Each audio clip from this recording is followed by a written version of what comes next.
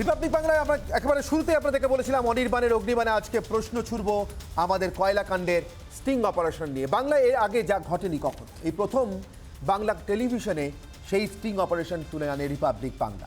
আমরা একের পর এক মাফিয়াকে স্টিং করি। 7 থেকে 8 জন মাফিয়ার সেই স্টিং যা শুরু হয়েছিল শিলিগুড়িতে বিপুলকে দিয়ে, যে বিপুল কিনা মূলত বিনয় মিশ্র এবং এ রাজ্যে গরু পাচার কাণ্ডে অন্যতম অভিযুক্ত ইতিমধ্যে গ্রেফতার হওয়া এনামুলের মধ্যে মিডলম্যানের কাজ করতো এবং গোটা কয়লা কাণ্ডের একজন অন্যতম মাফিয়া হিসেবে কাজ করতো। বাংলার সবচেয়ে বড় দুর্নীতি যা কখনো বলা হয়নি, সব জেনে তদন্ত করার সাহস করেনি বাংলা কোনো সংবাদ মাধ্যম, সেই মাফিয়ারা যে পর্দাফাশ করেছে বা রিপাবলিক বাংলা। চোখের আড়ালে নেতাদের এবং পুলিশের পকেটে দিনের পর দিন কিভাবে ঢুকেছে কয়লা মাফিয়াদের টাকা, গা ঢাকা দিয়েছে কিভাবে মূল অভিযুক্ত বিনয় মিশ্র, তার সমস্ত কিছুর পর্দাফাশ করেছে আমরা। চোখ রাখবো আমাদের বিশেষ প্রতিবেদন। বাংলার সবচেয়ে বড় দুর্নীতি যা কখনো বলা হয়নি, সব জেনেও তদন্ত করার সাহস করেনি বাংলার কোনো সংবাদ মাধ্যম, সেই মাফিয়া রাজের পর্দাফাঁস এবার রিপাবলিক বাংলায়। চোখের আড়ালে নেতা পুলিশদের পকেটে নিয়ে দিনের পর দিন ধরে কারবার করছে কয়লা মাফিয়ারা। গা ঢাকা দিয়েছে মূল অভিযুক্ত বিনয় মিশ্রা, কিন্তু থেমে নেই কারবার। কয়লা কেলেঙ্কারি অন্যতম কিংপিন বিপুল বড় বড় রাজনৈতিক নেতাদের হয়ে সে ব্যবসা চালায়, তাতে মাসে ঢোকে কয়েকশো কোটি টাকা। এই হলো বিনয় মিশ্রা। কেউ জানে না সে কোথায়, সে কি নিখোঁজ, সে কি দুবাইয়ে। বিনয় মিশ্রা কোথায় জেনে রাখুন। বিনয় মিশ্রের ডান হাত এই বিপুল। পুলিশের সাহায্যেই সে চালিয়ে যাচ্ছে কয়লা কাণ্ডের নেটওয়ার্ক, যার শিকড় অনেক গভীরে। এরপর আপনাদের কিছু কথা শোনাবো টেলিফোনে, যেখানে বেশ কিছু নামে আমাদের বিপ দিতে হয়েছে, কিন্তু সিবিআইকে তাদের পরিচয় দিতে আমরা প্রস্তুত। আমি যতদূর শুনেছি, ঠিক আছে, কি বলে আমাদের যে বাবু আছে না, উনি আমার চেনা পরিচিত, ঠিক আছে। কয়লা কাণ্ডে জড়িতদের অবিলম্বে শাস্তি দাবি করেছে বাম, কংগ্রেস, বিজেপি সহ রাজ্যের সমস্ত বিরোধী দলের শীর্ষ নেতৃত্ব। শাসক দলের তরফে অবশ্য মাফিয়া রাজের জন্য কেন্দ্রীয় সরকার এবং বিএসএফকেই দায়ী করা হয়েছে। পশ্চিমবঙ্গে বিশেষ করে তৃণমূল এবং বিজেপির মধ্যে একটা তো আন্ডারস্ট্যান্ডিং করেই তো চলছে বিভিন্ন জায়গায়। আমরা দেখলাম এই যে সিবিআইকে নিয়েও যা হচ্ছে, তার মধ্যে অনেক রাজনীতি আছে। যারা যুক্ত তাদেরকে ধরা উচিত। তাদেরকে এতদিন ধরে বিএসএফ কি করছিল? এই গরু পাচার কাণ্ডে সীমান্তগুলো পাহারা দিচ্ছিল, আর কয়লা এগুলো হচ্ছে আমাদের জাতীয় সম্পদ, কেন্দ্রীয় সরকারের অধীনাধীন রাষ্ট্রায়ত্ত সংস্থা। সেই সংস্থার থেকে কোটি কোটি টাকা প্রতিদিন লুট হয়েছে। কেন্দ্রীয় সরকার কি কুম্ভকর্ণের ঘুমাচ্ছিল? পাবলিক বাংলা টিভি সমস্ত মানুষজনকে যারা স্টিং অপারেশন করেছেন তাদেরকে অনেক অনেক ধন্যবাদ। তারা ওখানকার যে বাস্তব স্থিতিটা তুলে ধরেছে। রাজ্য সরকার যাদের, তাদের এমএলএ, এমপি, তার সঙ্গে সঙ্গে পুলিশ প্রশাসন, পুরো পুলিশ প্রশাসন সহযোগিতা করে এই টাকা পাচারের জন্য। প্রত্যেকটি গাড়ি, কয়লা গাড়িতে তাদের একটা প্যাড আছে, যে প্যাড সেটা একেবারে কলকাতা থেকে সেই প্যাডটা ইস্যু হয়। অর্থাৎ বোঝা যাচ্ছে সেই যে কালেকশন হয় তার অর্থ সমস্ত স্তরের মানুষ পায়। তৃণমূলের এক যুবনেতা, তার নাম দীপক মিশ্র, তার তদন্তে নাম আছে দীপক মিশ্র আর একজন লালা। এরা তৃণমূল কংগ্রেসের দায়িত্বশীল নেতা এবং যুব নেতা। এরাই চোরা কারবারি কয়লা পাচারের আসল নায়ক। এরা কোটি কোটি টাকা পাচার করে তৃণমূল কংগ্রেসের অর্থ ভান্ডার মজুত করছে। সিবিআই সূত্রে খবর, ভুয়ো পাসপোর্টে দেশ ছেড়েছে বিনয়। রিপাবলিক বাংলা স্টিং অপারেশন থেকে স্পষ্ট, বিনয় মিশ্রা ও এনামুলের মধ্যে প্রধান যোগসূত্র এই বিপুল। এই তিনজনই কয়েকজন রাজনৈতিক নেতার সঙ্গে যুক্ত। পুরো চক্রের গভীরে গিয়ে পূর্ণাঙ্গ তদন্ত করেছে রিপাবলিক বাংলা। আমাদের কাছে এও খবর, ফেরার বিনয় মিশ্রা কখনো দুবাই, কখনো দক্ষিণ আফ্রিকা, কখনো বা বাংলাদেশে গা ঢাকা দিয়েছে। মাফিয়াদের সঙ্গে নেতা ও প্রশাসনের শীর্ষ আধিকারিকদের একাংশের যে নিরন্তর যোগ রয়েছে তাও স্পষ্ট রিপাবলিক বাংলার স্টিং অপারেশনে। Bureau report, Republic Bangla. আর এই নিয়ে আজ একের পর এক অগ্নিবাণ বা প্রশ্নবাণ ছুড়বো। আমার প্রথম অগ্নিবাণ, তদন্ত আর কয়লা পাচার, অর্থাৎ সিবিআই তদন্ত কয়লা কাণ্ডে আর কয়লা পাচার একই সঙ্গে চলছে কিভাবে। আমার দ্বিতীয় প্রশ্ন বা দ্বিতীয় অগ্নিবাণ, পুলিশের সঙ্গে অর্থাৎ পুলিশের প্রত্যক্ষ বা পরোক্ষ যোগসাজশ ছাড়া, পুলিশের সঙ্গে যোগাযোগ ছাড়া এই জিনিস দিনের পর দিন চালিয়ে যাওয়া সম্ভব। আমার তৃতীয় অগ্নিবাণ, পুলিশ জানে অর্থাৎ পুলিশের সঙ্গে যোগসাজশ রয়েছে আর নেতারা জানেন না। আমরা অ্যাক্রস দ্য পার্টি কথা বলছি, সমস্ত রাজনৈতিক দলের নেতাদের কথা বলছি, যে যেখানে যেভাবে ক্ষমতায় আছে। আর কয়লার ময়লায় হাত দেয়নি এমন কেউ আছে এবঙ্গে। আমাদের চতুর্থ অগ্নিবাণ, অবশ্যই ব্রহ্মাস্ত্র রয়েছে, তা নিয়ে পরে আসবো। আমার সঙ্গে উপস্থিত যে অতিথিরা রয়েছেন, যাদের দিকে আমার অগ্নিবাণ আজকে ছুঁড়বো, একে একে তাদের সঙ্গে আপনাদের পরিচয় করি। যে আমার সঙ্গে রয়েছেন তৃণমূল কংগ্রেসের তরফ থেকে আমার সঙ্গে রয়েছেন তৃণাঙ্কুর ভট্টাচার্য, আমার সঙ্গে রয়েছেন বিজেপির তরফ থেকে তরুণজ্যোতি তিওয়ারি, আমার সঙ্গে আরও রয়েছেন তৌসিফ আহমেদ, রাজনৈতিক বিশ্লেষক তৃণমূল কংগ্রেসের তরফ থেকে, এবং আমার সঙ্গে রয়েছেন নীলাদ্রি ব্যানার্জি, রাজনৈতিক বিশ্লেষক। চারজনকেই স্বাগত জানাচ্ছি রিপাবলিক বাংলা। আমি একেবারে প্রথমে তৃণাঙ্কুর আপনার কাছে প্রশ্ন নিয়ে যাচ্ছি। গণেশ বাগারিয়ার 164 স্টেটমেন্ট সিবিআইয়ের কাছে দেওয়া, সেটাও রিপাবলিক বাংলা আমরা অ্যাক্সেস করতে পেরেছি, এবং সেই স্টেটমেন্টে আমরা দেখেছি 10 জন আইপিএস অফিসারের নাম করেছেন গণেশ বাগারিয়া 164 স্টেটমেন্ট। আমাদের এই স্টিং অপারেশনে বিপুল বারবার অন্তত 2 থেকে 3 জন আইপিএস অফিসারের নাম করেছে। আমরা তদন্তের স্বার্থেই এবং যেহেতু এই অভিযোগগুলি প্রমাণিত নয় এখনো পর্যন্ত, তাই তাদের নাম ব্যবহার করিনি, এবং যদি কোনো তদন্তকারী এজেন্সি আমাদের কাছ থেকে সেই নামগুলি চায় আমরা দিতে প্রস্তুত। কিন্তু আমার প্রশ্ন তৃণাঙ্কুর, আপনিও কি রাজ্যের একজন নাগরিক হিসেবে, দায়িত্বশীল নাগরিক হিসেবে, একজন রাজনৈতিক কর্মী হিসেবে এটা বিশ্বাস করেন পুলিশের সঙ্গে যোগসাজশ ছাড়া এত বড় কাণ্ড এতদিন ধরে চালিয়ে যাওয়া যায়? আমার 4টে অগ্নিবাণ, তার প্রথম এবং দ্বিতীয়টা নিজেদের শুরুতে আমরা কথা বলি। 1, সিবিআই এর তদন্ত আর কয়লা পাচার একই সঙ্গে চলছে, আর 2, পুলিশের যোগসাজশ ছাড়া এটা সম্ভব। আমি প্রথমেই আপনাদের সকলকে প্রণাম জানাই, নমস্কার জানাই যারা দর্শকরা দেখছেন। পাশাপাশি বলি যে এটা একটা তদন্ত সাপেক্ষের বিষয়। আমি নিশ্চিত তদন্তের সঠিক বিষয় উঠে আসবে। আমাদের নেত্রী মমতা বন্দ্যোপাধ্যায় এবং আমাদের সরকার তৃণমূল কংগ্রেস বরাবরই যে কোনো দুর্নীতির বিরুদ্ধে আওয়াজ তুলে এসছে, এবং আমরা নিশ্চিত আগামী দিনে তদন্ত সঠিকভাবে বেরোবে, এবং যারা দোষী, যদি সত্যি কেউ দোষী হয়, দোষী থেকে থাকে, তারা শাস্তি পাবে। আমি তৌসিফের কাছে আসবো। তৌসিফ, আপনার কি মনে হয়? নিশ্চয়ই ইনভেস্টিগেশন চলছে। সিআইডিও একটা ক্লোজ এইডকে, লালা ক্লোজ এইড তার নাম হচ্ছে, আপনার পশ্চিম বর্ধমান ডিস্ট্রিক্ট থেকে অ্যারেস্ট করেছে গতকাল। হ্যাঁ, গতকাল। তো নিশ্চয়ই ইনভেস্টিগেশন চলছে, আর law will take its own course. আমরা এখানে কেউ চাইবে না যে একটা ক্রিমিনাল এলিমেন্টদের কে জেলের বাইরে রাখা। এটা নিশ্চয়ই এর মধ্যে একদম স্ট্রিক্ট অ্যাকশন হবে। নীলাদ্রিবাবু, আপনার কি মনে হয়? দেখুন, আমি প্রথমেই রিপাবলিক বাংলাকে অভিনন্দন জানাই এত বড় একটা স্টিং অপারেশন করার সাহস দেখানোর জন্য। কারণ কয়লা পাচার, গরু পাচার পশ্চিমবঙ্গে দীর্ঘদিন ধরে চলছে। এখানকার মিডিয়া দেখেও না দেখার ভান করে বসেছিল, কি কারণে আমরা জানি না। আজকে অন্তত একটা পরিবর্তন আমরা দেখতে পাচ্ছি। দ্বিতীয়ত, এটা শুধু প্রশাসন নয়, কোনো রাজনৈতিক মদত ছাড়া এত বড় পাচার চলতে পারে না। আমাদের সামনে শুধু প্রশাসনের মানুষদের নাম এলে হবে না, এর পেছনে কোনো রাজনীতিক নেতার হাত আছে কিনা এবং তারা শীর্ষস্তরের নেতা কিনা সেটাও আমাদের চোখের সামনে আসা দরকার। আমি আশা করব রিপাবলিক মিডিয়া বাংলা এবং প্রশাসন একসাথে, সিবিআই একসাথে তদন্ত করবে এবং সত্যিটা ফাইনালি আমরা জানতে পারবো। বেশ কিছু রাজনৈতিক নেতাদের নাম এসছে নীলাদ্রিবাবু, যেমন আইপিএসদের নাম এসছে, কিন্তু আমরা তদন্তের কারণেই এবং ওই যে আরেকবার বললাম, যেহেতু এগুলো প্রমাণিত নয়, মাফিয়াদের মুখে নেওয়ার নাম, তাই আমরা এগুলো প্রকাশ করিনি। যদি সিবিআই বা অন্য কোনো তদন্তকারী এজেন্সি আমাদের কাছ থেকে স্টিং অপারেশনের কপি চায়, নিশ্চিতভাবে আমরা সেটা দেবো এবং সাহায্য করবো। কিছুদিন আগে ইন্টারোগেশন করা হয়েছিল, আমরা মিডিয়াতে দেখেছিলাম, কয়লা পাচারের টাকা তার অ্যাকাউন্টে আসছে কি আসছে না সেই ব্যাপারে। সুতরাং একটা যোগসূত্র বোধহয় আছে, সত্যি মিথ্যে আমি জানি না। আমার আশা শুধু প্রশাসনিক লোকদের আইডেন্টিফাই না করে, তার পাশাপাশি যদি রাজনৈতিক নেতারা সত্যিই যুক্ত থাকে, তারা শীর্ষস্তরের নেতা হলেও তাদের সামনে আসা দরকার, যে পার্টিরই নেতা হোক তার। তরুণজ্যোতি, দায়টা কার? যারা রাজ্য চালাচ্ছেন সেই রাজনৈতিক নেতাদের। আমি রাজ্য চালানো বলতে কিন্তু শুধুমাত্র রাজ্য সরকারের কথা বলছি না, আমি বলছি এ রাজ্যের একজন যে কোনো স্তরের জনপ্রতিনিধি, একেবারে পঞ্চায়েতের একজন সাধারণ সদস্য থেকে এমপি পর্যন্ত, প্রত্যেকেই তো কোনো না কোনোভাবে রাজ্যটাকে পরিচালনা করতে প্রশাসনিকভাবে সাহায্য করেন, কাজ করেন। তাদের সঙ্গে যোগসাজশ ছাড়া, এবং আমি আবারও বলবো পুলিশের সঙ্গে যোগসাজশ ছাড়া এটা চালিয়ে যাওয়া সম্ভব? সিবিআই তদন্ত চলছে, তার মধ্যেও প্রথমে আপনার কোশ্চেনটা ছিল যে গরু পাচার এবং কয়লাটা একসাথে কীভাবে চলছে। প্রথমে একটা জিনিস দেখতে হবে, গরু পাচার কয়লা কিন্তু একসাথে চলছিল না। গরু পাচারের কথা বলি না, গরু পাচারের ইস্যুটা যখন আসলো, এনামুলের নাম আসলো, এনামুলের নামের পর থেকে দেখা গেলো লালার নাম আসছে। লালাকে নিয়ে যখন তদন্ত শুরু হলো, তখন আসলো বিনয় মিশ্রের নাম।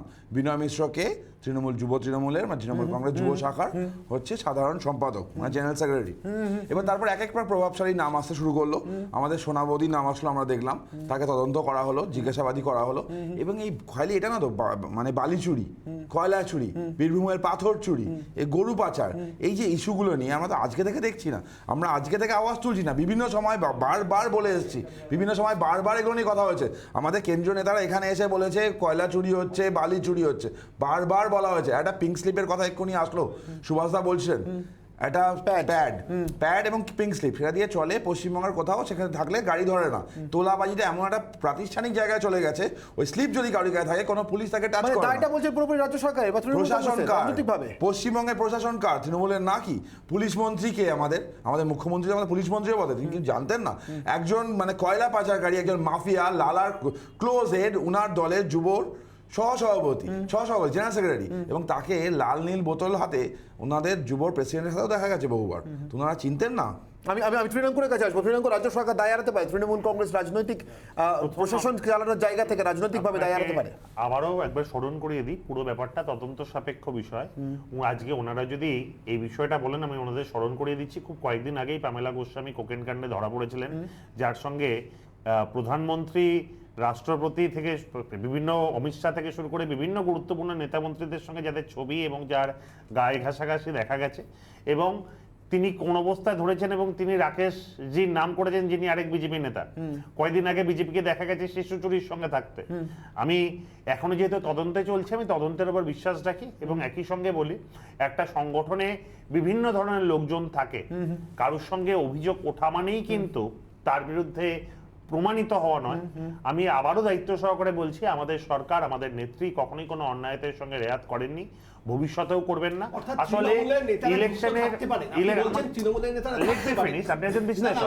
you are not a political analyst, you are a political analyst, you are not a political party member, please, no, you can't interrupt in confidence, please. আমি আপনাকে শেষ করুন, আমাকে শেষ করতে দিন, আমি আপনাকে আপত্তি কেন, কি মুশকিল, আমার কথাটা শেষ করতে দিন, আপনাকে উত্তর দেওয়ার সুযোগ দেবো, আপনার প্রশ্ন উত্তর নিশ্চিতভাবে দেবো, নিশ্চিতভাবে। আমি আপনাকে বলছি পলিটিক্যাল পার্টির সদস্য নয়, আপনি শেষ করতে দিন। তো যে জায়গায় আসছিলাম আমি, আমাদের সরকার যেহেতু নির্বাচনটাকে সামনে আসছে, আজকে পশ্চিমবঙ্গে 10 বছর ধরে উন্নয়ন করেছে তৃণমূল সরকার। আজকে বিজেপি পার্টি 2019 নির্বাচনের আগে এসেছিল, আবার 2021 সালে নির্বাচন নিয়ে কথা বলছি, ভোট নিয়ে কথা বলছি, আমি বলছি দেশের সম্পদ নির্বাচন, সেদিকে নজর দেওয়া, নির্বাচন উন্নয়ন করে এসেছি। আমার প্রশ্ন আছে, সেই কারণেই ভোটের, আমি কিন্তু সেই কারণে না উন্নয়ন যদি হয় ওই ফুটেজটা প্রকাশ করেছে, অনেকে হয়তো প্রকাশ করতে চাইবেন না, উন্নয়ন করে এসেছি কথাটার মানে কি, যে কোনো সরকারি উন্নয়ন করে। আমি শুধু একটা কথা বলছি, সত্যি মিথ্যে কথা মনে আসছে না, আমি বলছি আমি জানি না, আমি আপনার কাছ থেকে এখানে কিছুটা দেখলাম, কি বিষয় আছে না আছে আমাকে এখানে বসে বলা সম্ভব নয়, এবং কাদের সম্পর্কে আছে আমি এত শর্টে দেনে বলা সম্ভবপর নয়। আমি নিশ্চিতভাবে আপনাদের দায়িত্ববান কিছু সাংবাদিক করেছেন বলে আমার বিশ্বাস রাখি। যেই হোক, যদি তার ঘটনার মধ্যে সত্যি থেকে থাকে, তবে দোষীর শাস্তি হবে। আগামী দিনে মমতা বন্দ্যোপাধ্যায়ের সরকার তৃতীয়বারের জন্য গঠিত হওয়ার পর এই বাংলা জুড়ে যারা যারা সেটা আপনি নির্বাচনের আগে বলে দিচ্ছেন, আপনি নির্বাচনের আগে বলে দিচ্ছেন তৃতীয়বারের জন্য সরকার গঠিত হবে, আপনি ঠিক করে দিচ্ছেন কোনো জায়গা টাকা চুরি করেনি, করোনা পরিস্থিতিতে চাল চুরি, ত্রিপল চুরি, এটা কি গণতন্ত্র, এটা কি গণতন্ত্র, দোয়াল না সিন্ডিকেট, কোচবিহারের পার্টি অফিস থেকে, বিজেপি পার্টি অফিস থেকে চাল চুরি বেরিয়েছে, বাংলায় কোনো জায়গায় হয়নি। চাল কোত্থেকে বেরোচ্ছে, এফসিআই চাল কোত্থেকে বেরোচ্ছে, হবিবপুরে ইনসিডেন্ট সবাই দেখেছে, আলিপুরদুয়ার নাম ধরে বলছে কোচবিহার, বিজেপির পার্টি অফিস থেকে চাল পেতে দেখা গেছে। বিজেপি হচ্ছে ফেক নিউজ সরানোর একটা কারখানা। কোনটা ফেক নিউজ? আপনি চালের কথা বললেন, আমি বলছি আমি আপনাকে বলছি, আপনি করোনার কথা বলছেন, করোনার সময় দেখা গেছে করেছে আমফানে কান ধরে উঠবাস করেছে আমফানে কান ধরে উঠবাস করেছে কি করেনি মিলিয়নের পর মিলিয়ন না আপনাদের ঘর থেকে পাওয়া গেছে তোমাদের অ্যাকাউন্টে গেছে কি যায়নি কি বলছো ভাই টাকা গেছে তোমাদের অ্যাকাউন্টে একটি ভিডিও তোমাদের পঞ্চায়েত প্রধান অ্যাকাউন্টে গেছে সামনে এসেছে সিএজি এন্টারটেইন করেছে সিএজি এসেছে সিএজি তদন্ত করছে চাল পাইনি করোনার সময় আমাদের কিছু আসেনি ডালগুলো ইনভেস্টিগেট করেছে ইনভেস্টিগেট করে ডালগুলো কি গালিঘাটে আছে এক কেজি করে ডাল গালিঘাটে আছে কোথায় আছে ভাই ডালটা কোথায় গেল আপনাদের ফেক তরুণজ্যোতি আমার একটা প্রশ্ন আছে নিশ্চিতভাবে রাজ্য সরকার পরিচালনা করে না নীলাদ্রি বাবু নিশ্চিতভাবে কিন্তু আমার একটা প্রশ্ন আছে এই রাজ্যের প্রশাসন তৃণমূল কংগ্রেস পরিচালনা করছে এ নিয়ে কোনো সন্দেহ নেই এটা তো একটা সত্য দিনে আলোর মতো সত্য কিন্তু আপনাদের আসানসোলের এমপি সাংসদ বাবুল সুপ্রিয় আমাদের এই স্টিং অপারেশনে বারবার উঠে এসেছে আসানসোলে কি ঘটছে রানীগঞ্জে কি ঘটছে জামুরিয়ায় কি ঘটছে আমি বলছি একজন জনপ্রতিনিধি 7টা বিধানসভা ক্ষেত্রকে নিয়ে মিলিয়ে তিনি যিনি জনপ্রতিনিধিত্ব করেন রিপ্রেজেন্ট করেন তার কানে কিছু পৌঁছয় না আমরা স্টিং অপারেশন করে হয়তো এতদূর পর্যন্ত একটা মাফিয়ার কাছ পর্যন্ত পৌঁছে 7-8 জন মাফিয়াকে স্টিং করে এতটা বার করতে পেরেছি জনপ্রতিনিধি তো মানুষের সঙ্গে জনসংযোগের কারণে অনেক কিছু জানতে পারে 2014 থেকে আজ থেকে 14 উনি প্রথমবার হচ্ছে এমপি হন 14 সালে 14 থেকে আজ পর্যন্ত একবার না একাধিকবার এই কথাগুলো বলা হয়েছে কিন্তু যেহেতু মানে police administration matter of state subject state থেকে কোনো হেল্প পাওয়া যায় না বারবার আর কি করে হেল্প পাওয়া যাবে যারা এই পান্ডা যুক্ত তারা তো ওনার দলের সম্পদ হয়ে বসে আছেন তারা ওনার দলের যুবর মানে সাধারণ সম্পাদক এই কন্ডিশনে তোমার মনে হয় তৃণমূল কোনো সাহায্য করতে বাবুল্লা একবার বলেনি বারবার বলেছে বিভিন্ন ক্ষেত্রে বলেছে প্রধানমন্ত্রী মানে পশ্চিমবঙ্গে এসে বিভিন্ন ইভেন্ট থেকে বলেছে স্বরাষ্ট্রমন্ত্রী বারবার বলেছে কিন্তু পশ্চিমবঙ্গে কোনো পদক্ষেপ নেওয়া হয় না আর হবে এটা কেন কারণ এখান থেকে মেন চাঙ্ক অফ মানি এটা আছে তারা বড় পোর্শন তৃণমূলের কাছে যায় তৃণমূল সেই টাকাতেই চলে আগে আমার সন্দেহ লাগছে আজকে একজন এমপি যদি সত্যি আপনাদের ঘটনা সত্যি হয়ে থাকে তবে একজন এমপি কিভাবে দায় এড়াতে পারে আজকে এমপি সেখানে ফেসে যেতে পারে সেই ভয় কি আজকে এমপি নিজের জায়গা ছেড়ে আবার একটা কেন্দ্র থেকে লড়ছেন আজকে বিজেপির প্রার্থী পদ বেরোলো আপনারা দেখলেন সেখানে দেখছি বিজেপি ক্যান্ডিডেট খুঁজে পাচ্ছে না হয় তৃণমূল থেকে যাও কাউকে করছে নয় যারা এমপি হয়ে জিতে এসেছেন তাদেরকে আবার ক্যান্ডিডেট করছে এটা বিজেপির দলীয়তা খুব পরিষ্কারভাবে আসার আগে কতজন তোমাদের এমপি কন্টেস্ট করেছিল তোমাদের কটা এমপি কন্টেস্ট করেছিল কটা এমপি কন্টেস্ট করেছিল কে কোথায় কন্টেস্ট করবে সেটা তোমাদের কাছে ডিসাইড নিতে হবে বিজেপি ক্যান্ডিডেট খুঁজে পাচ্ছে না নিজের পায়ের তলায় জমি হারিয়েছে তাই আজকে তারা এইসব করতে চাইছে কি চলে তৃণমূল ক্যান্ডিডেট খুঁজে পাচ্ছে না বলে টালিগঞ্জ থেকে ধরে নিয়ে এসেছিল সবগুলোকে আমি খুব দায়িত্ব ক্যান্ডিডেট পাচ্ছিল না টালিগঞ্জ থেকে নিয়ে এসেছিল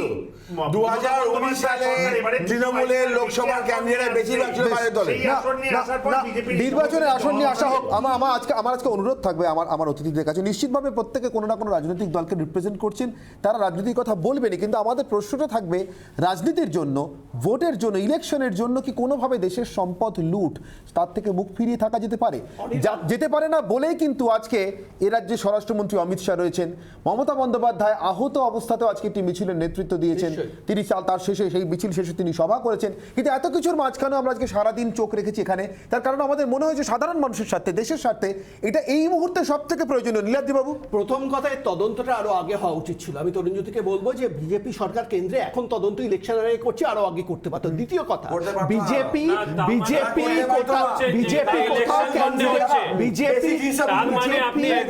ক্যান্ডিডেট আমি 2014 থেকে একজন সরকার আছে 2014 থেকে সরকার আছে আপনি বসেছিলেন 2019 এ একটি বিশ্লেষক হিসেবে বলছি ওকে জিজ্ঞেস করুন যে জেনারেল কনসেন্ট সিবিআই থেকে কেন উইথড্র করেছিল কিসের ভয়ে জেনারেল কনসেন্টটা কেন উইথড্র করে দিয়েছিল সিবিআই থেকে যে কারণেই হোক বেটার লেট দ্যান নেভার আজকে আমি বারবার বলছি বহু রাজনৈতিক নেতা এর পেছনে জড়িয়ে আছে এবং শাসক দলের নেতাও থাকতে পারেন তারা যারা প্রশাসন চালাচ্ছে তারা যদি কেউ দোষী হন তাদের সামনে তাদের মুখোশ খুলে দেওয়া দরকার কোনো মিডিয়া এখানে সাহস করে না এখানে যেমন বিশ্লেষককে বলা হয় আপনি বলবেন না আপনি বিশ্লেষক মিডিয়াকে বলা হয় খবর ছাপবে না তাহলে বিজ্ঞাপন বন্ধ করে দেবো সরকারি বিজ্ঞাপন বন্ধ করে দেওয়া হয় যে মিডিয়া সে ভয় আমরা পাই না রিপাবলিক বাংলার অন্তত সে ভয় নেই কারণ বিজ্ঞাপনের তো আমরা নেই তাই বিশ্লেষকদের বলা হয় আপনি বলবেন না আপনি বিশ্লেষক ঠিক করে দেয় কে বলবে কে বলবে মানে সিবিআই আমি একটা কথা খুব স্পষ্ট করে নীলাদ্রি বাবু একটা কথা খুব স্পষ্ট করে বলে দেওয়ার দরকার আমাদের দর্শকদের জন্য Republic Bangla Republic media network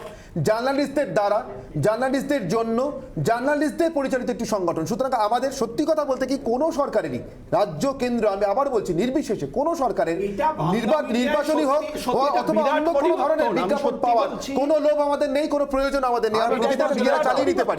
ফলে আমরা দেখাবো। ছোট প্রশ্ন ছিল যে এই মমতা দেবীর সরকার 2019-এ ভোটের আগে ঠিক কোন ভয়ে জেনারেল কনসেন্ট সিবিআই থেকে উইথড্র করে নিল?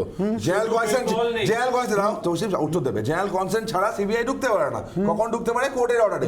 উনি ভেবেছিলেন উইথড্র করে নিলে হয়তো ওগুলো ইনভেস্টিগেশন বন্ধ হয়ে যেত, কোর্টের অর্ডারে হচ্ছিল। আর গরুর কেসটাও গরুতে হলো, গরুতে কয়লার যোগ পাওয়া গেল, তার ফলে সিবিআই ঢুকতে পারছে না। সিবিআই এখানেও আসতে পারতো না। কোন ভয়ে? কাকে বাঁচানোর জন্য? উত্তর দিক। সিবিআই থেকে জেনারেল কনসেন্টটা উইথড্রল করা কি শুধু কি বেঙ্গল করেছে না অন্য স্টেটও করেছে? কটা কে করেছে বলো? কে আপনি দেখুন কটা করেছে। আর এটা কেন করেছে? কি মুহূর্তে করতে পারে, কেন করেছে? করতে পারে, করতে পারে না, ভয় পেয়েছে বলে করেছে। সুপ্রিম কোর্ট বলে দিল, ভয় পেয়েছে বলে দিল, ভয় পেয়েছে বলে করেছে। এই মুহূর্তে অত্যন্ত গুরুত্বপূর্ণ একটি খবর আমি চোখ রাখবো। আমি যে খবর পাচ্ছি এই মুহূর্তে আমি দর্শকদের জন্য জানাবো। আমাদের এই খবরের মাঝখানে, স্টিং অপারেশনের খবরের মাঝখানে যে খবর আমাকে জানাতেই হচ্ছে, বিজেপি থেকে পদত্যাগ করলেন বৈশাখী বন্দ্যোপাধ্যায় এবং শোভন চট্টোপাধ্যায়। শোভন চট্টোপাধ্যায় এবং বৈশাখী বন্দ্যোপাধ্যায় বিজেপি থেকে পদত্যাগ করলেন। আমি যোগাযোগ করার চেষ্টা করছি ইতিমধ্যেই তাদের সঙ্গে। বিজেপির সমস্ত রকম দলীয় পদ থেকে পদত্যাগ করলেন শোভন চট্টোপাধ্যায় এবং বৈশাখী বন্দ্যোপাধ্যায়। আজই কিছুক্ষণ আগে বিজেপির প্রার্থী তালিকা প্রকাশিত হয়েছে। বেহালা পূর্ব কেন্দ্রে শোভন চট্টোপাধ্যায় প্রার্থীপদ পাননি, প্রার্থী করা হয়েছে পায়েল সরকারকে, অভিনেত্রী পায়েল সরকারকে।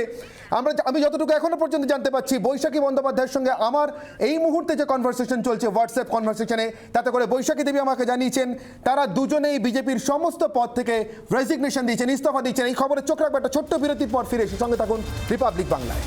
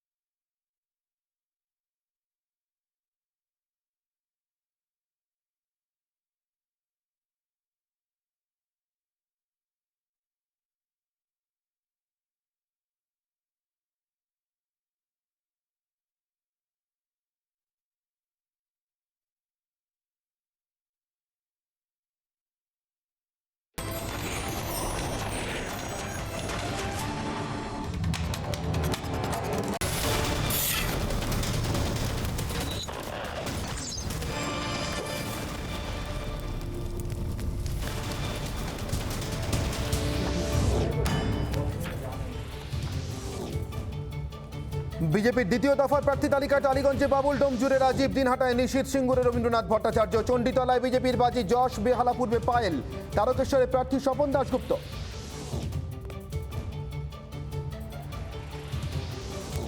অবশেষে মানভঞ্জন নন্দীদেবের অবশেষে বিজেপির শীর্ষ নেতৃত্বের সঙ্গে বৈঠকে বরফ গলল। হাওড়া দক্ষিণ কেন্দ্র থেকেই লড়বেন, রিপাবলিক বাংলাকে জানিয়ে দিলেন রন্তিদেব।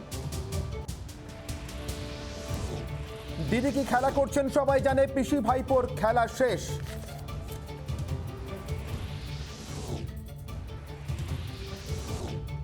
আজ রাজ্যে অমিত শাহ দুদিনের সফরের প্রথমেই খড়গপুরে কর্মসূচি, প্রেম হরি ভবন থেকে মালঞ্চ পেট্রোল পাম্প পর্যন্ত রোড শো। কাল রোড শো উত্তর কলকাতায়।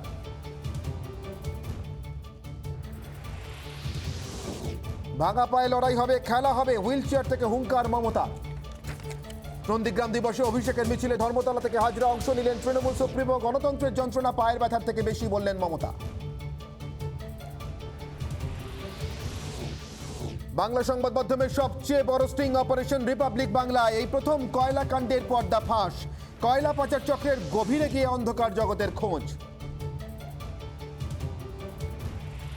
এখনো অধরা বিনয় মিশ্র, বিকাশ মিশ্র, অনুপ মাঝি। রাজ্যে কয়লা পাচার অবাধেই বিনয় অনুপ ঘনিষ্ঠের সন্ধান। রিপাবলিক বাংলা স্ট্রিং অপারেশনে বিকাশের বিরুদ্ধে লুকআউট নোটিশ জারি সিবিআই এর।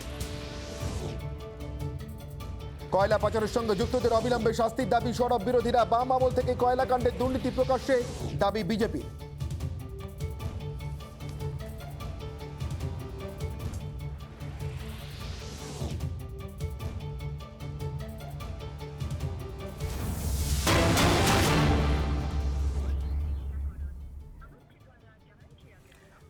এই মুহূর্তে যে খবরে আরেকবার চোখ রাখবো, এই বিরতিতে যাওয়ার আগে যে খবরে চোখ রেখেছিলাম, বেহালা পূর্ব কেন্দ্রে প্রার্থী হতে চেয়েছিলেন শোভন চট্টোপাধ্যায়, কিন্তু বিজেপির তরফ থেকে আজই যে প্রার্থী পদ ঘোষণা করা হয় তাতে বেহালা পূর্ব কেন্দ্রে প্রার্থী ঘোষণা করা হয় পায়েল সরকারকে।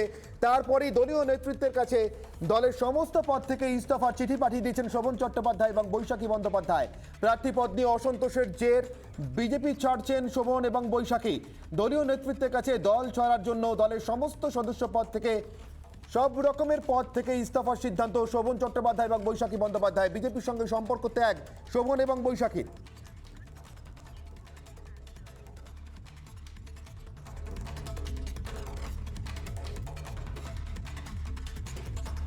বিজেপি থেকে পদত্যাগ শোভন বৈশাখীর। দলের সঙ্গে সমস্ত সম্পর্ক ছিন্ন করলেন। আজ বেহালা পূর্ব কেন্দ্রে প্রার্থীপদ ঘোষণা করে বিজেপি। সেখানে প্রার্থী হিসেবে ঘোষণা করা হয় পায়েল সরকারের নাম। এরপরই দলীয় নেতৃত্বের সঙ্গে কথা বলেন শোভন এবং বৈশাখী, জানিয়ে দেন তারা দলের সমস্ত পদ ছাড়ছেন এবং সেই মোতাবেক দলকে চিঠি দিলেন শোভন এবং বৈশাখী। জানিয়ে দিলেন দলের সমস্ত পদ ছাড়ার কথা। বিজেপির সব পদ থেকে ইস্তফা এবং প্রার্থীপদ ছাড়লেন শোভন বৈশাখী।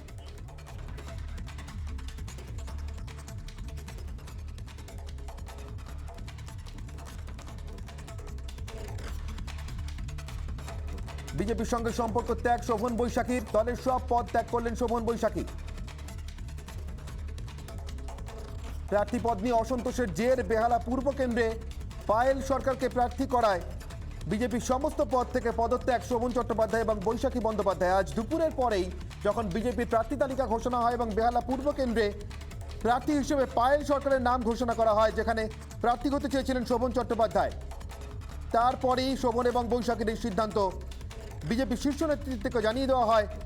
প্রার্থীপদ তো বটেই, তারা প্রার্থীপদ চান না, দলের সমস্ত সদস্য পদ থেকে তারা পদত্যাগ করছেন।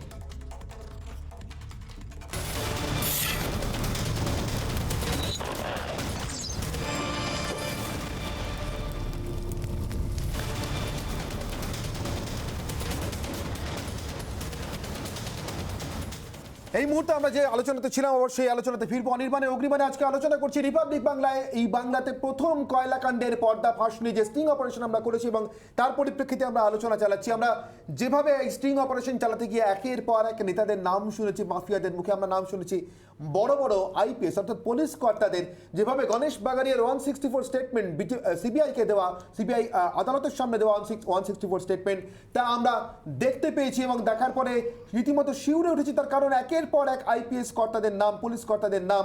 তার পরিপ্রেক্ষিতে আমি জিজ্ঞাসা করতে চাইছি আমার অতিথিদের, পুলিশ এবং নেতাদের যোগসাজশ ছাড়া এটা কি সম্ভব?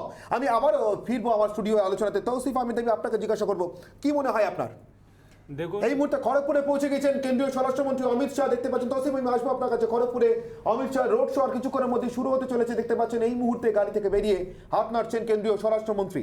আর কিছুক্ষণের মধ্যেই খড়গপুরে শুরু হবে কেন্দ্রীয় স্বরাষ্ট্রমন্ত্রীর রোড শো।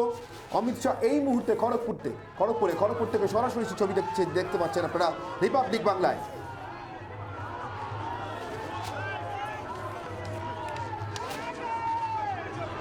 প্রেম হরি ভবন থেকে মালঞ্চ পেট্রোল পাম্প পর্যন্ত রোড শো করবেন অমিত শাহ। এই মুহূর্তে প্রেম হরি ভবনের সামনে পৌঁছে গিয়েছেন। দলের যে জমায়েত রয়েছে সেখানে কেন্দ্রীয় স্বরাষ্ট্রমন্ত্রী রোড শো আর কিছুক্ষণের মধ্যে শুরু হবে রিপাবলিক বাংলা। দেখতে পাচ্ছেন প্রথম সেই ভিজুয়াল, কেন্দ্রীয় স্বরাষ্ট্রমন্ত্রী অমিত শাহ খড়গপুরের রোড শোয়ে পৌঁছে গিয়েছেন। গাড়ি থেকে নেমে সমবেত জনতার উদ্দেশ্যে হাত নাড়ার পর এই মুহূর্তে রোড শোর প্রস্তুতি কেন্দ্রীয় স্বরাষ্ট্রমন্ত্রী অমিত শাহ। খড়গপুরে পৌঁছে গিয়েছেন। প্রেম হরি ভবন থেকে মালঞ্চ পেট্রোল পাম্প পর্যন্ত চলবে তার রোড শো।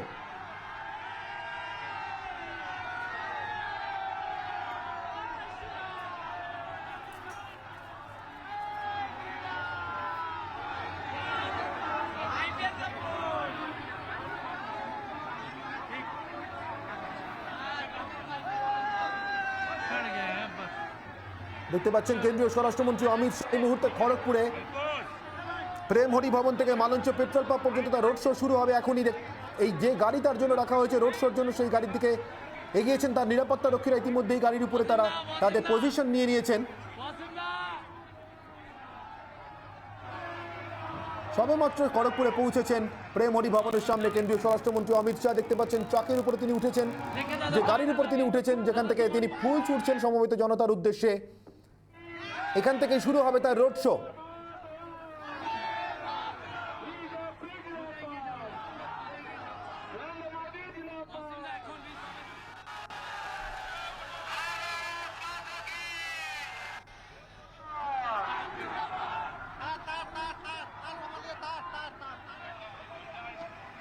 বাংলার সব থেকে বড় কেলেঙ্কারির খবর, অর্থাৎ কয়লা কেলেঙ্কারির খবর, দিনকে আমরা স্ট্রিং অপারেশন চালিয়েছি তা নিয়ে আমরা আলোচনা করছিলাম আজকের এই ডিবেট শো অনির্বাণের অগ্নিবাণে। কিন্তু তার মাঝেই খড়গপুরে প্রচারে অমিত শাহ কেন্দ্রীয় স্বরাষ্ট্রমন্ত্রী পৌঁছে গিয়েছেন খড়গপুরে প্রেম হরি ভবনের সামনে। দিলীপ ঘোষের সঙ্গে অমিত শাহ, সর্বভারতীয় প্রাক্তন সভাপতি অমিত শাহ, স্বরাষ্ট্রমন্ত্রী অমিত শাহ, তার উপস্থিতিতেই শুরু হলো রোড শো। খড়গপুর সদরে বিজেপির রোড শো শুরু হলো। ক্যামেরায় ওয়াসিম আহমেদের সঙ্গে শিবাশিস মৌলিক, রিপাবলিক বাংলা। খড়গপুরে রোড শো থেকে সরাসরি অমিত শাহ ছবি আপনারা দেখতে পাচ্ছেন। সবেমাত্র পৌঁছেছেন রোড শোর জন্য। যে সমবেত জনতা, দলীয় কর্মী সমর্থক, তাদের উদ্দেশ্যে হাত নাড়লেন কেন্দ্রীয় স্বরাষ্ট্রমন্ত্রী। এই মুহূর্তে তার রোড শো শুরু হয়ে গিয়েছে। খড়গপুর থেকে সরাসরি দেখছেন রিপাবলিক বাংলায় সেই ছবি। সাংসদ দিলীপ ঘোষ, পশ্চিমবঙ্গের পর্যবেক্ষক কৈলাস বিজয়বর্গীয় সহ রাজ্য বিজেপির শীর্ষ নেতৃত্বে উপস্থিত রয়েছেন কেন্দ্রীয় স্বরাষ্ট্রমন্ত্রীর এই রোড শোয়ে। প্রেম হরি ভবন থেকে মালঞ্চ পেট্রোল পাম্প পর্যন্ত চলবে এই রোড শো। সবেমাত্র প্রেম হরি ভবন থেকে শুরু হলো কেন্দ্রীয় স্বরাষ্ট্রমন্ত্রী অমিত শাহ রোড শো।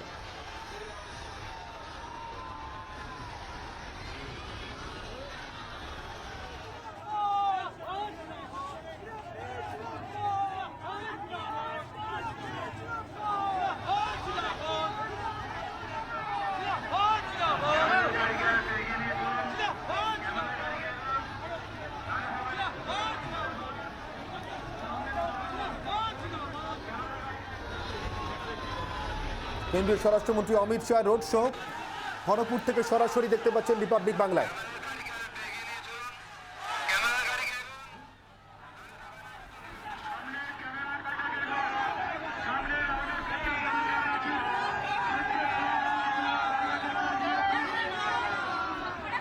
বলছি এটা কি করবে, থাকবে তারা?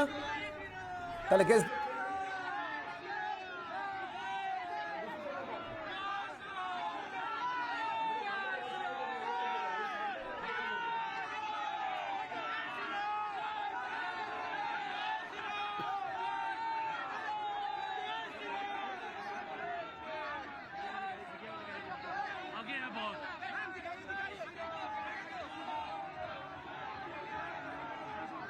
साइड दीजिए साइड दीजिए साइड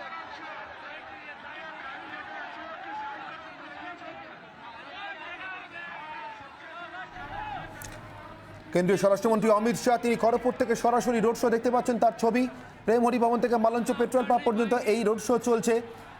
একদিকে সেই ছবি দেখতে পাচ্ছেন প্রথম রিপাবলিক বাংলায়, অন্যদিকে বাংলার সব থেকে বড় স্টিং অপারেশন আমরা আজকেই দেখিয়েছি এবং সেই স্টিং অপারেশনের পরিপ্রেক্ষিতে আজকে স্টুডিওয়ে উপস্থিত প্রতিনিধিদের সঙ্গে অতিথিদের সঙ্গে কথা হচ্ছে। আমি আবারও ফিরবো আলোচনাতে। তৌসিফ, আমি আপনার কাছে ছিলাম। কেন্দ্রীয় স্বরাষ্ট্রমন্ত্রী আজ রাজ্যে ইনসিডেন্টালি আজকে আমরা বাংলার সব থেকে বড় স্টিং অপারেশন বাংলা কয়লা পাচার চক্রের এই হাল হকিকত আমরা তুলে এনেছি সাধারণ মানুষের চোখের সামনে, যেখানে কথা হচ্ছে যে কেন্দ্র রাজ্য সর্বত্রই সরকারের নাকের ডগায় কিভাবে চলছে এই কাণ্ড, অর্থাৎ এইভাবে দেশের সম্পদ বাংলার সম্পদ লুট। তৌসিফ, আপনার কি মনে হয় এই যে এজেন্সিগুলো এই মুহূর্তে তদন্ত চালাচ্ছে, সিবিআই এর মতো এজেন্সি, এটাকে নিতান্তই নির্বাচনী প্রয়োজনে, নির্বাচনী রাজনীতির প্রয়োজনে এই যে রোড শো চলছে, এই রোড শোর মতোই এই তদন্তও একটা শো বলে মনে হচ্ছে আপনার? নাহলে এইভাবে কয়লা বাজার চলছে কি করে? দেখুন, আমাদেরকে মনে রাখতে হবে যখন Bollywood actor Sushant Singh Rajput suicide case চলছিল তখন এরকম অনেক স্টিং অপারেশন হয়েছে। তখন আমরা লাইভ আছে তো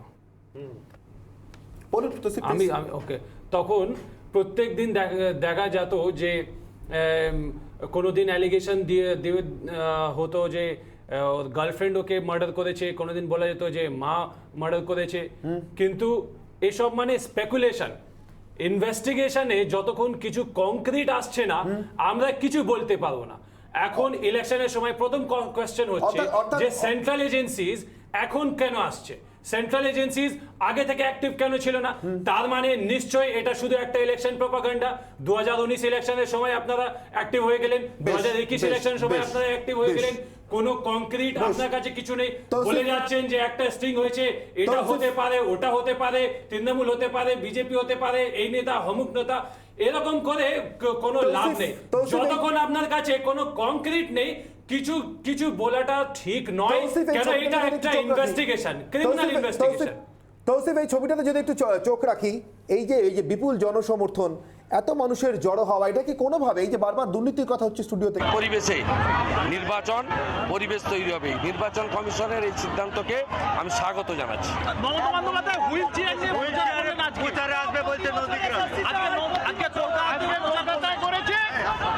আমি আবার বলি, কোনো ব্যক্তিগত ইস্যু নিয়ে আমি বলবো না, ওটা কোনো রাজনৈতিক ইস্যু ছিল না, এখনো নয়। আর কে কি নিয়ে প্রচারে আসবে সেটা তার ব্যক্তিগত ব্যাপার।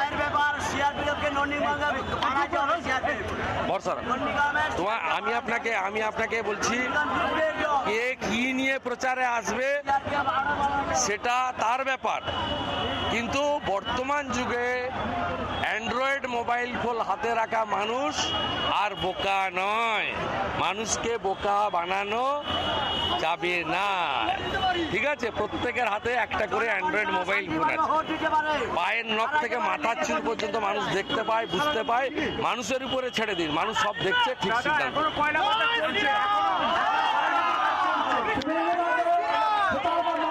তৃণমূল যতক্ষণ না যাচ্ছে বন্ধ হবে না, তৃণমূল হারানো এবং রাজ্য থেকে সাফ করলেই একমাত্র কয়লা শুধু নয় সব পাচার বন্ধ হবে।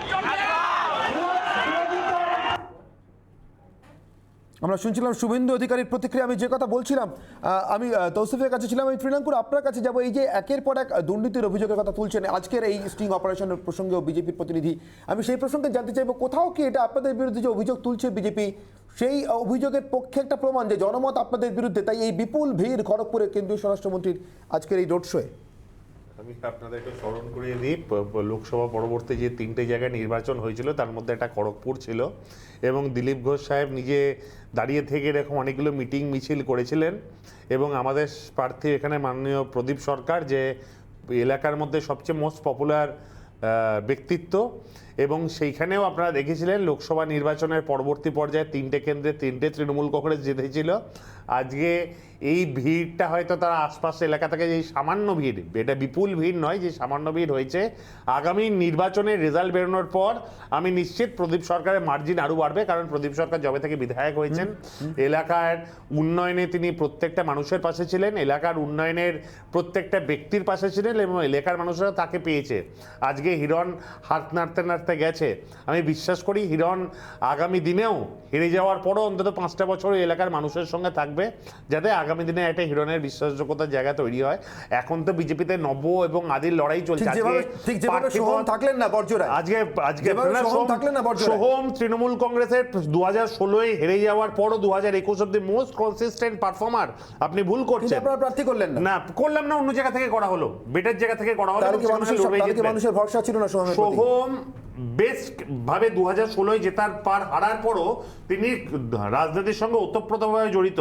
এটা একটা যে কোনো দলের ক্ষেত্রেই বলতে পারবেন এটা উন্নয়ন, একটা মুখ। আমার বক্তব্যের জায়গায় দেখতে পাচ্ছে না যে প্রার্থীপদ ঘোষণা হওয়ার পরে বিজেপির মধ্যে মারামারি লেগেছে, কেউ বলছে ক্যান্ডিডেট হওয়ার পর সে বলছে হব না, কেউ বলছেন কেউ দল ছাড়ছেন। আজকে বিজেপি লড়াই চলছে। আজকে এই হিরণের এই জয়নবাব ঘরবাড়িগুলোতে এই যে বিপুল মানুষ দেখছেন, আপনারা বোধহয় জানেন না, জানলায় দাঁড়িয়ে গ্রাউন্ড লেভেল রাজনীতিটা করে তারা খুব ভালো মতন ভাবে জানে, যারা আমাদের মতন মাঠে ময়দানে খাটি তারা খুব ভালো মতন ভাবে জানে। খড়গপুরও এখন ভীষণভাবে লড়াই চলছেন। আজকে দিলীপ বাবু অন্য কাউকে আর প্রার্থী করতে পারছিলেন না, শেষ পর্যন্ত হিরণকে ধরে এনেছেন। যদি হিরণ ওইখানে হলে বাকিরা মানে, কিন্তু এখনো এই নব্য বিজেপিকে আদি বিজেপিরা মেনে নেয়নি এবং তারা বলছে এবার রেকর্ড মার্জিনে হারাবে।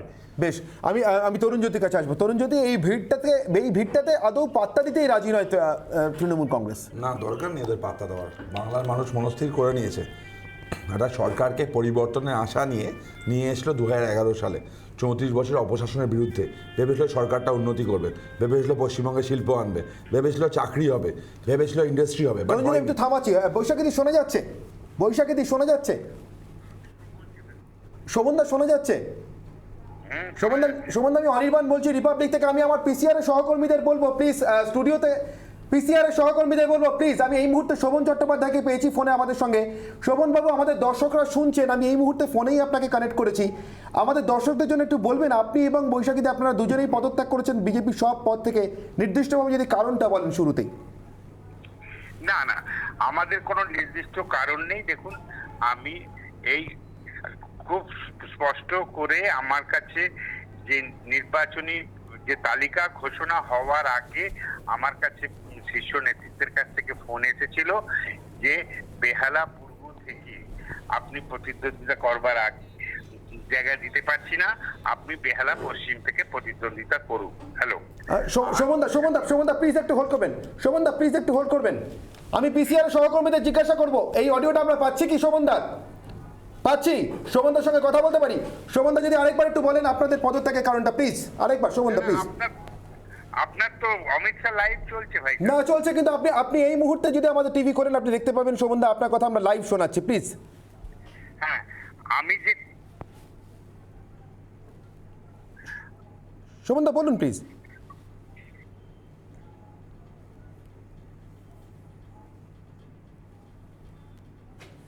কোনো কারণে যোগাযোগ বিচ্ছিন্ন হলে আমি আবারও যোগাযোগ করার চেষ্টা করব শোভন চট্টোপাধ্যায়ের সঙ্গে। আপনাদেরকে আরও একবার জানিয়ে রাখি, বৈশাখী বন্দ্যোপাধ্যায় এবং শোভন চট্টোপাধ্যায় দুজনেই আজ বিজেপির সব সদস্য পদ থেকে পদত্যাগ করেছেন।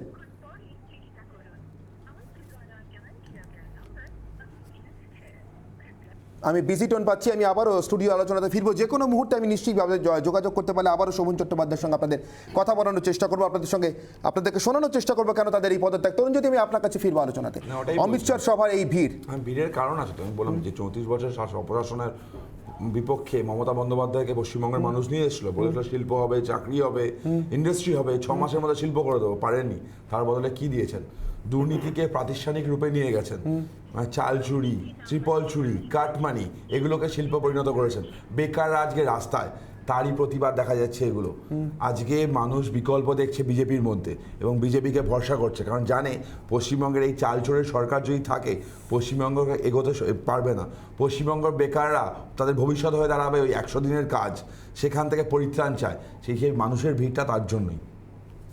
আমি আমি আমি আমি নীলাদ্রিবাবুর কাছে আসবো। নীলাদ্রিবাবু একজন রাজনৈতিক বিশ্লেষক হিসেবে এই ভিড়টাকে দেখে আপনার কি ব্যাখ্যা, আপনি কিভাবে বিশ্লেষণ করবেন?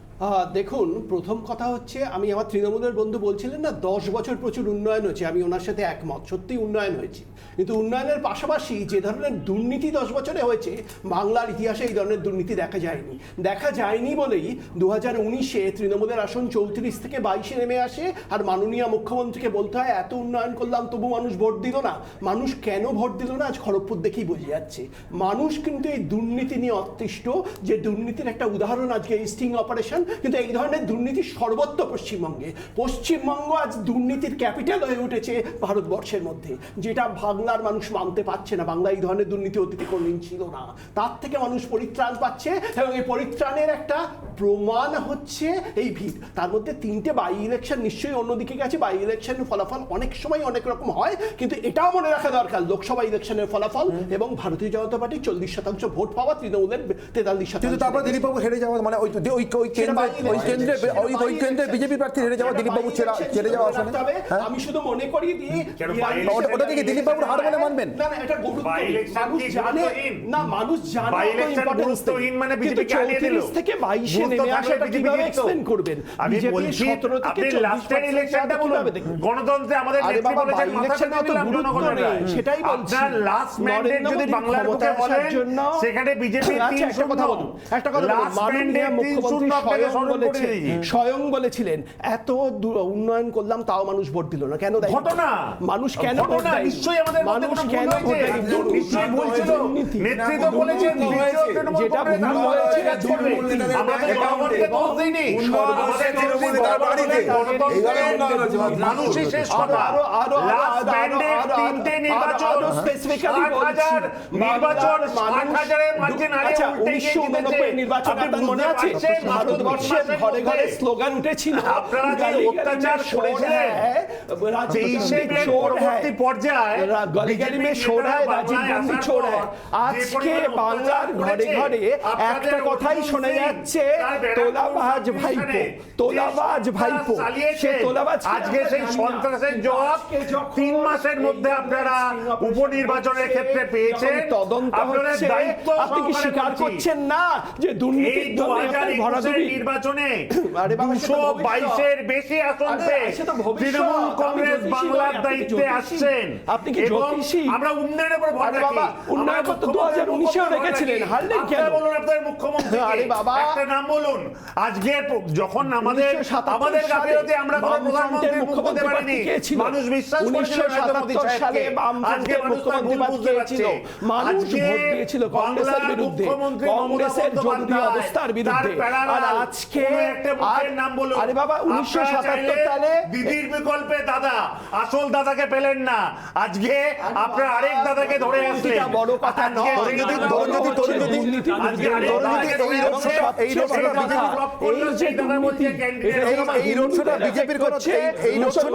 রাজ্যের কোন নেতা করতে পারবে না, তাই অমিত শাহকে বা নরেন্দ্র মোদীকে ডেকে আনতে হচ্ছে। সর্বভারতীয় দল, তৃণমূলও কয়েকদিন আগে ছিল, এখন লেকে। কংগ্রেসের যখন পার্ট ছিল, যখন মমতা দেবী ভোটে দাঁড়ায়, মমতা দেবী যখন কংগ্রেসে ছিল, মমতা দেবী যখন ভোটে দাঁড়ায়, তখন কেন্দ্রীয় নেতারা কি আসতেন না? রাজীব গান্ধী ওনারা প্রচার করেন, সেইখান থেকে দাঁড়িয়ে ওনাদের অন্তত আন্দাজ করা উচিত। আজকে যখন যশবন্ত সিনহাকে ওনারা নিয়ে আসছে, বিভিন্ন জায়গা থেকে নিয়ে আসছে লোকজন, তখন ঠিক আছে। আমাদের অমিত শাহজি, আমাদের কেন্দ্রীয় নেতা, কোনো প্রার্থীর হয়ে প্রচার বা কোনো এলাকাতে আসতেই পারে, অসুবিধা নেই। লোকগুলো তো পশ্চিমবঙ্গে যারা আছে, আর পশ্চিমবঙ্গটা কি ভারতবর্ষের বাইরে চলে গেছে? আসার জন্য ভিসা লাগে, আসার জন্য কি ভিসা লাগে? আজকাল নির্বাচন আসলে যেভাবে প্রধানমন্ত্রী, স্বরাষ্ট্রমন্ত্রীরা ডেলি প্যাসেঞ্জারি করে, বাংলায় খুব ভালো লাগে।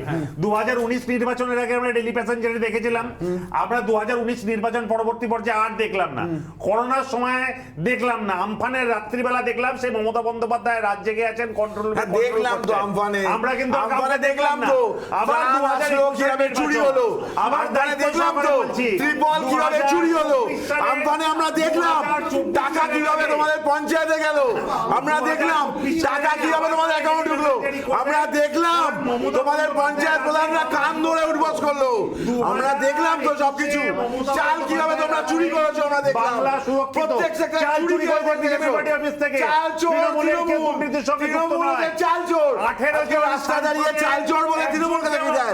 চাল চোর বলে চাল চোর রে ভাই, চাল চোর, ত্রিপল চোর, তৃণমূল আজকে কান বলে উঠবস করে, করোনার সময় চাল চোর, আমফানের ত্রিপল সময় চোর, কাদেরকে দেখেছেন আপনার পাশে? বিজেপির 18 জন সাংসদ ডাল চুরি করেছে, ডাল চুরি করেছে, কোথায় গেছে চুরির চাল? দিনাঙ্কুর চালগুলো কোথায় গেছে? খাদ্যমন্ত্রী তো স্বীকার করেছিল, খাদ্যমন্ত্রী স্বীকার করেছিল, গেল কোথায়? চুরির চাল কোথায় রেখেছো? তুমি কত পেয়েছো দিনাঙ্কুর? চুরির চাল থেকে কত পেয়েছো? কত পেয়েছো কিনা চুরির চাল থেকে? মানুষ জানে, মানুষ জানে, পশ্চিমবঙ্গের মানুষ জানে চোর কারা, 10 বছর কারা চুরি করেছে, প্রত্যেক জায়গায় চুরি। বিজেপি যতই ভুল বোঝানোর চেষ্টা করুক, আজকে এই দর্শকরা আছে তারা দেখছে কারা পরিষেবা দিয়েছে, জানে তাদের অধিকারের টাকা তোমরা চুরি করেছো, দর্শকরা দেখেছে। মহিলা সেন্টিমেন্ট খালি এলো না, এই মহিলাই তো বলে রেপ সাজানো করো না, এই মহিলাই তো বলে রেপ ছোট করো না, এই মহিলাকে যেভাবে আপনারা অপমান করছেন, বাংলার মহিলাদের যেভাবে কালিমালিপ্ত করার চেষ্টা করছেন, আজকে দিদি এই চোরটাকে নিয়েও যেভাবে আপনারা নোংরা করছেন, ভাইপো আর সোনা বৌদি ছাড়া কিচ্ছু ভাবছে না, ভাইপো আর সোনা বৌদি ছাড়া কিচ্ছু ভাবছে না, দিকে দিকে চোরদের সাহায্য করছে, বিনয় মিশ্রের মতো লোকদের সাহায্য করছে এই তৃণমূল। বিনয় মিশ্রদের আগামী দিনে লড়াই হবে আপনাদের চোরের সঙ্গে, আমাদের 10 বছরের দায়িত্ব সেটাই করছে। পশ্চিমবঙ্গের মানুষ জানে দায়িত্ব নিয়ে বাংলাকে ডুবিয়েছো তোমরা, দায়িত্ব নিয়ে বাংলাকে ডুবিয়েছো তোমরা। মমতা মার্কশিটের মেয়েটা বাংলায় মেয়ে ছিল না, যাকে সুখে পাবো, যাকে দুঃখে পাবো, বাংলা কোনোদিনই সেই বাংলা মেয়ে ছিল না। কি বলছো দিনাঙ্কুর, কি বলছো? বাংলা কাঁদছে, যে মেয়েটা আমি তৌসিফের কাছে আসবো, এক মিনিট। চলে যাবে, আমি বাংলা তার নিজের মেয়েকেই চায়, আমি তৌসিফের আমি চোরকে আর চায় না। শুনুন 2019-এ কে বলেছিল 42-এ 42, সেটা 22 হয়ে গেল কেন বলুন? হতেই পারে, হতেই পারে, নির্বাচনী ক্যাম্পে এটা হতে পারে না। আমরা এবারে দাবি করব, এটা কোনো দিয়ে বলতে পারেন না আপনারা না, এবার তৌসিফ তাহলে এবারেও কি হিসেব না মিলতে পারে? এই যে ভিড় দেখে আপনারা বলছেন ভয় পাওয়ার কিছু নেই, কিন্তু এবারেও কি তাহলে সেই হিসেব না ঠিক করেছে, দুধ দেবে না, কত ঠিক করেছে, দুধ দেবে না। মমতা বন্দ্যোপাধ্যায় যাবেন, ভিড়টা তখন আজকের সঙ্গে বললাম তো, দুধ দেওয়া গরুরা ঠিক করেছে, আর দুধ দেবে না। বলেছি দেখুন, ভিড় নিয়ে বিজেপিকে বেশি খুশি হবার দরকার নেই। কেন? অমিত শাহ হচ্ছেন বাঙালির অতিথি, যখন অতিথিরা আসছেন মানুষরা যাবেন একটু ওনার সেবা করবেন, কিন্তু তার মানে এই নয় যে ভোটের দিন যেয়ে বিজেপিকেই ভোট দেবে। ভোটের দিন যেয়ে ওদের মনে থাকবে যে বাংলা নিজের মেয়েকেই চায় আর তারা তৃণমূলকেই ভোট দেবে। এই জিনিসটা মনে রাখতে হবে। ওরা অতিথিদেরকে তো একটু সম্মান করবেই। উনি এখান থেকে প্রার্থী নেই, অমিত শাহ এখান থেকে প্রার্থী নেই, আর হতেও পারবেন না। 30% সরকার ছিল এই সরকার, 70% কথা ভাবেনি, 70% এবার জবাব দেবে। 9 বছর পুরোটা হওয়ার জন্য এবার ডাস্টবিনে যাবে। বাংলার মানুষ মমতা বন্দ্যোপাধ্যায় এমন একজন মুখ্যমন্ত্রী, যে মুখ্যমন্ত্রী দুর্গাপুজোর সময় দুর্গা ঠাকুরের চক্ষু দান করেন, দুর্গাপুজো বন্ধ করে দেয়, যে দুর্গাপুজো বন্ধ করে দেয়, যে সরস্বতী পুজো বন্ধ করে দেয়, যে রামনবমী বন্ধ করে দেয়, যে পুজো বন্ধ করে দেয়, তৌসিফ যে পুজো বন্ধ করে দেয়, দিনাঙ্কুর ইমাম বাধা দেয়, পুরোহিতদের বঞ্চিত করে, মনে মনে এখন দেওয়া উচিত। যে খালি রাজনৈতিক জায়গায় ধর্ম নিরপেক্ষ থেকে বেরিয়েছে, এই বাংলার বুকের বিগত 10 বছরে দুর্গাপুজো বেড়েছে না দুর্গাপুজো কমেছে, এর জবাব আপনারা দিন। আর যারা বাংলাকে খালিমালি করেছে, পশ্চিমবঙ্গের আজকে এই অবস্থা, দায় হচ্ছে মমতা বন্দ্যোপাধ্যায়। 70% কথা ভাবেনি, আজকে 70% ভাববে না ওনার কথা। কে সংস্কৃতি বোঝাবে? এদেরকে বাংলায় ঠাঁই নেই, এদের বাংলায় ঠাঁই নেই, এদের বাংলায় ঠাঁই নেই। পাগলু ডান্স বাংলা সংস্কৃতি। 30% ভোট কি করে পেলে একটু বলুন। কেন 42টা 22 হলো? আপনি বললেন আবার হতে পারে, আপনি বললেন আবার হতে পারে। 42টা যদি 22 হয়, আপনার দল 18। আজকেও মানুষের ম্যান্ডেট, আপনার লাস্ট নির্বাচনেও তৃণমূল কংগ্রেস দলের সঙ্গে আছে। 40% নিশ্চয়ই আছে, নিশ্চয়ই আছে, কিন্তু আপনি প্রেডিক্ট করছেন 220 পাবে। আরে সত্যি তো, সত্যি নয় মানে, সত্যি মানে না না, সত্যি মানে কি? যদি সত্যি মানে 220টা যেটা বলছেন ওটা অ্যাকশনে নিয়ে আসতে পারে, আপনি বলছেন ওটা অ্যাকশনে নিয়ে আসতে পারে। আজকে মমতা বন্দ্যোপাধ্যায়ের অবস্থা কি? পায়ের চোট লাগলে নন্দীগ্রাম থেকে নন্দীগ্রামে পায়ের চোটের চিকিৎসা হয় না। নন্দীগ্রামে পায়ের চোটের চিকিৎসা পর্যন্ত হয় না। বাংলার মানুষ দেখেছে সুপার স্পেশালিটি হসপিটালে করোনা কিভাবে মানুষ মারা গেছে, কিভাবে করোনায় মারা গেছে মানুষ দেখে নিয়েছে। মানুষ দেখেছে করোনায় স্বাস্থ্য ব্যবস্থা কিভাবে ফেল করেছে, একের পর এক মানুষ মরেছে। বাংলার মানুষ হিসাব নেবে, বাংলার মানুষ গুনে গুনে হিসাব দেবে এবং এই নির্বাচনে তোমাদের ডাস্টবিনে ছুড়ে ফেলবে দিনাঙ্কুর। তৈরি থাকো, মানুষের টাকা অনেক লুট করেছো, অনেক কাটমানি ইনকাম করেছো, এবার মানুষ তার হিসাব দেবে। তৈরি থাকো তোমরা, মানুষ বুঝে নেবে। চাল চোরের রানীকে বাংলা চায় না, সিন্ডিকেটের রানীকে বাংলা চায় না, একটা চোরকে বাংলা চায় না। আচ্ছা, আমার তৃণমূলের বন্ধু কিন্তু ভয় পাচ্ছেন বিজেপি আসতে পারে, বলছেন এরা যদি আসে তাহলে এটা হবে। অর্থাৎ ভয় পাচ্ছে বিজেপিকে, ভয় পাচ্ছেন। আমার সময় যেহেতু একদম শেষ, আমি চারজনকে ধন্যবাদ দিচ্ছি, শ্রীরাঙ্কুর, তৌসিফ, নীলাদ্রি বাবু এবং তরুণজ্যোতি, চারজনকে ধন্যবাদ দিচ্ছি। খড়গপুরে শাহী রোড শো চলছে আর সমস্ত খবর নিয়ে এরপরে থাকছে সোজাসুজি স্বর্ণালী আপনাদের সাথে।